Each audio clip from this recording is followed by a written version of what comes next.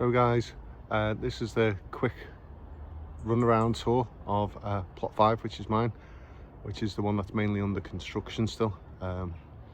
Even 2 years down the line, I still haven't had time with working full-time family commitments to get what I want done, and I like the way that I want things, so I'd rather take my time and do what I want and get advice and just get along and do it. So without further ado, I'll spin you around and we'll go with the tour of plot 5, mine. These beds, we're getting through it now. It was very good just before the wet weather came. It was easy to sieve and stuff and getting all the mare's tail and bindweed out of it that's grown over the past 12 months. So these 2 beds are going to be what I'm going to show in another video, and these are going to be my garlic beds. So in these 2 here, it's half filled at the bottom with well rotted wood chips, then it's had sieved soil from here, and then top dressed with 2 bags of peat-free compost, which, to be honest, I'm not really impressed about. It looks like the digestate that the local councils make out of all the garden waste, and they've added a bit of fertilizer to it. So what I've done on this bed, done it on both, to be honest, but mainly because of this, I've added chicken manure pellets, and I've also added bloodfish and bone, and these are going to be the garlic beds. On these 2, I've done exactly the same, half filled with well rotted wood chips at the bottom, and then sieved garden soil, and then I've put 2 bags of peat compost on the top and give it a bit of a forking in. A few weeds starting to poke up, and that's why when I show you the video on the garlic, what I'm going to do to try and help prevent that, and also put nutrition in for the spring when they start to bulk up. So we've got the black currants, the red currants, the gooseberries, and more black currants. I moved these into these raised beds last year thinking that it'd help them. It's actually hindered them.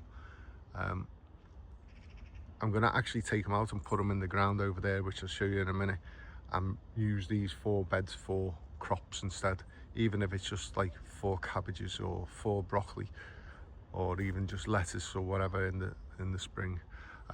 What is it surprising me is there's garlic that I planted last year coming up in these beds, and it didn't come up when it was meant to last year. It's like it took a year to actually start to sprout. I've just noticed it in this bed as well, which needs a damn good weed, so I might have to sacrifice that, but I have got new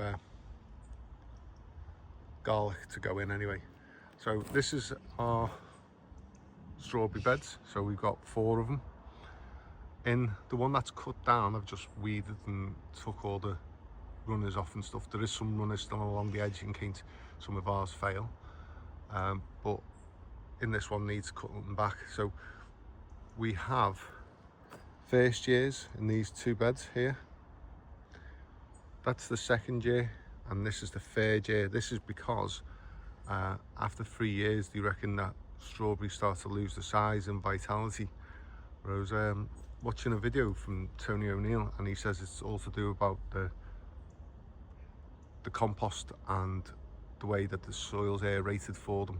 So as you can see, the depth of this bed here has sunk so much. So I actually have refilled these 2 first years that we took the runners from. I made them a lot more higher with deeper roots, but also fed them with bloodfish and bone and chicken manure pellets underneath. So hopefully these first year ones should have a great start. These ones I'll give a top dressing with some bloodfish and bone and water it in, and same for this one.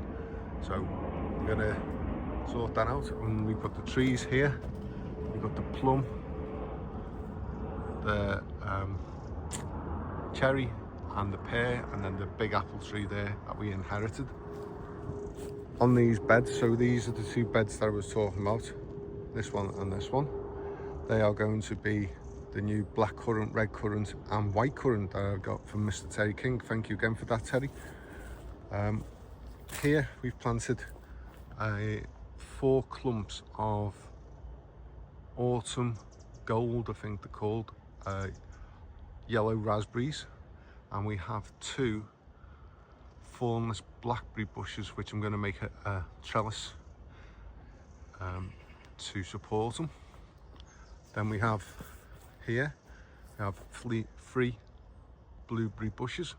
We've covered the bases with a load of coffee grounds that we got to help keep the weeds down and also give them a bit of nourishment. We've also planted the only 5 remaining lavender that survived from the ones that I bought. So and then I've just planted in some spare runners of strawberries just to see how they go there. We have the raspberry bed, so these are the autumn fruit and raspberries at the front.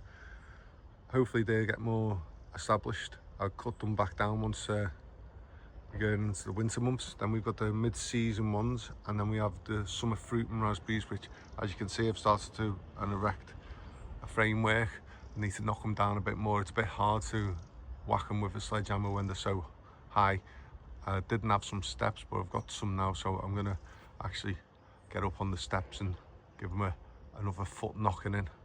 But then I'll make a framework with wire, and I'll tie in all the canes which are this year's growth.